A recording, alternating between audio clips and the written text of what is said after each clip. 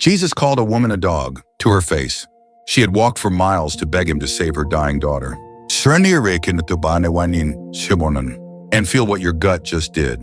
It recoiled. Good, because this is Jesus, the one who touched lepers and blessed children.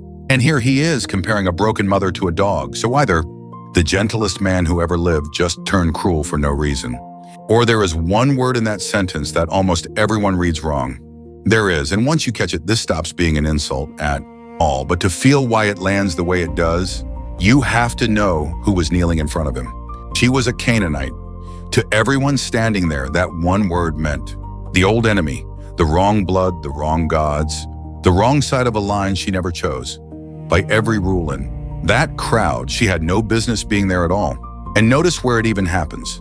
Not in Jerusalem, not in the temple, pagan country, the last place you would expect to find him at. All behind the walls of her house, her daughter is tormented, night after night, by something no healer and no priest and no money has been able to touch. If you have watched someone you love suffer, with nowhere left to turn, you know what it does to you. A mother like that stops caring about lines. Picture it, a child crying, out at things no one else can see, a mother holding her until dawn. By now, the whole house has forgotten how to sleep. So she goes to find him. The fear has burned out of her. All that is left is the child. And crossing into that crowd costs her every face she passes knows she does not belong. A woman like her, walking up to a Jewish teacher in public, is breaking a rule she no longer has room to care about. When your child is dying, shame is a luxury you cannot afford. Matthew 1:15-22 NIV. Lord, Son of David, have mercy on me. My daughter is demon-possessed and suffering. Hear what she calls him, Son of David. That is Israel's word, the name of Israel's own king. An outsider is saying it out loud, as if the promise might somehow stretch far enough to reach her too. She is already reaching for a place that was never meant to be hers, and what she gets back is the last thing she expects. She screams for mercy, and the one man who could save her daughter does not so much as turn his head. Not yet. Silence. She names him the Messiah. She cries out for mercy, and he does not answer her a word. A no you can push against. Silence just leaves you standing there, wondering if you were ever heard. And it is worse than a stranger ignoring her.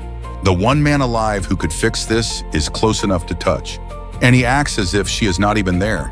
But watch, the silence does not move her. She keeps following, down the road past the turning heads, behind men who plainly wish she would give up and go home. She has already decided the one thing this whole story turns on. She is not leaving this door until it opens. This is not a quiet, folded hands prayer. She is shouting in the street, in front of everyone, making a scene, and she does not care. That is how far past the edge of hope she already is. Here is the strange thing. He is not cruel, and he is not indifferent. We are about to see that. So the silence is doing something. Without a single word, it is asking her a question. How badly do you actually want what is on the other side? And that is when the men around him lose their patience. The disciples crack first. She is loud, she is foreign, she is a scene in front of everyone. So they come to him with the most human request there is. Make her stop, send her away. Matthew 15:24 V. I was sent only to the lost sheep of Israel. And now the last way in does not just narrow, it looks like it closes for good. Notice the reason he gives. Not that she has done anything wrong, that she was never on the list at all. He was sent to Israel, to one particular people, and she is left outside the promise, looking in from the outside. She hears every word of it, and she does not move. You can feel the whole crowd willing her to disappear. Lower your eyes, take the hint, go home. Twice now she has been told she does not belong. To everyone there it made perfect sense. First the children of the promise, then someday the rest of the world.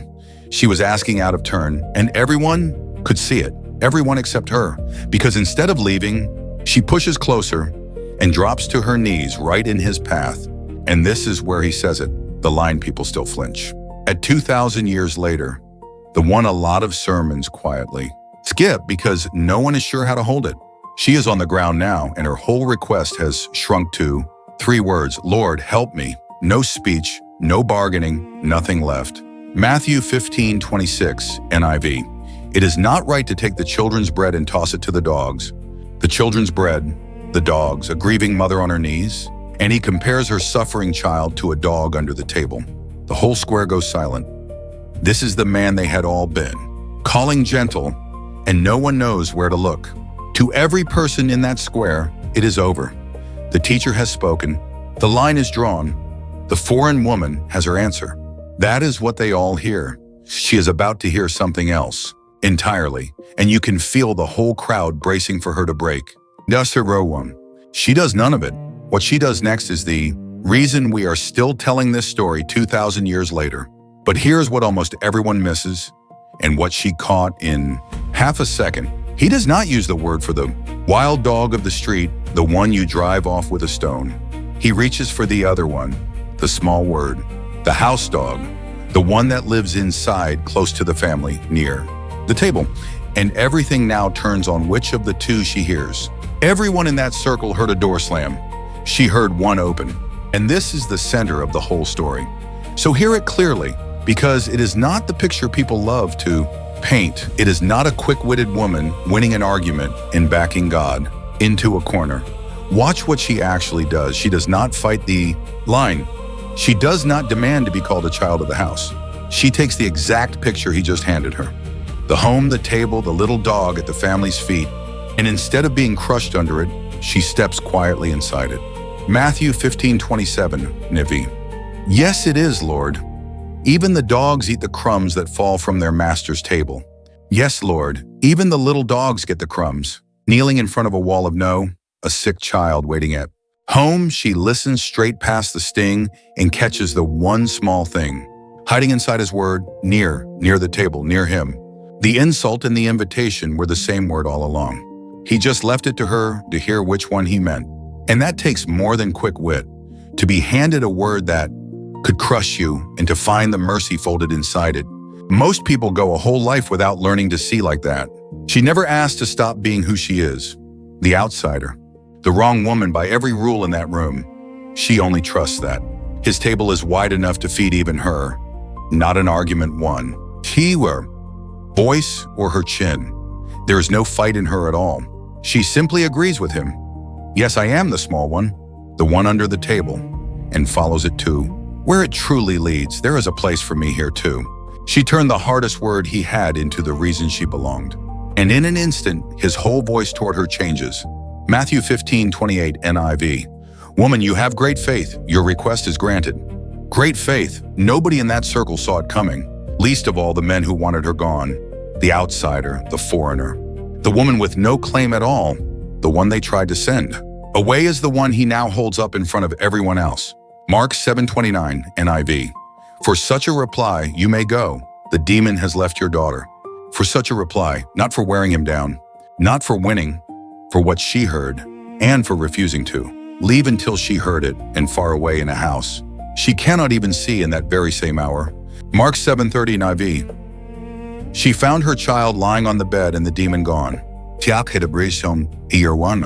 And look at what he just did to the word faith. He does not tie it to her bloodline or her theology or how much she understands. He ties it to this. She heard him rightly, and she would not walk away. And there is something almost unbearable in the timing. She does not get to watch it happen. She has to turn and walk the long road home on nothing but his word, trusting that in a room she cannot see, the nightmare has already lifted off her daughter's chest.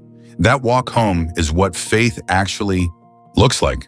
Picture her reaching her own door at last and pushing it open and finding her daughter sitting up, quiet, clear-eyed, herself again for the first time in longer than she can remember. She never saw the moment it happened.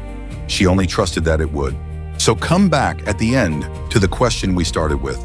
If he was always going to heal her daughter, and he was, then why say the cruel thing at all? What if the no was never a wall? What if it was a door held open on purpose for the one person willing to push it? He did not soften the line to make it kind. He left it hard enough that only real faith, the kind that listens instead of flinching, could find the way through. Psalm 145:16, NIV. You open your hand and satisfy the desires of every living thing.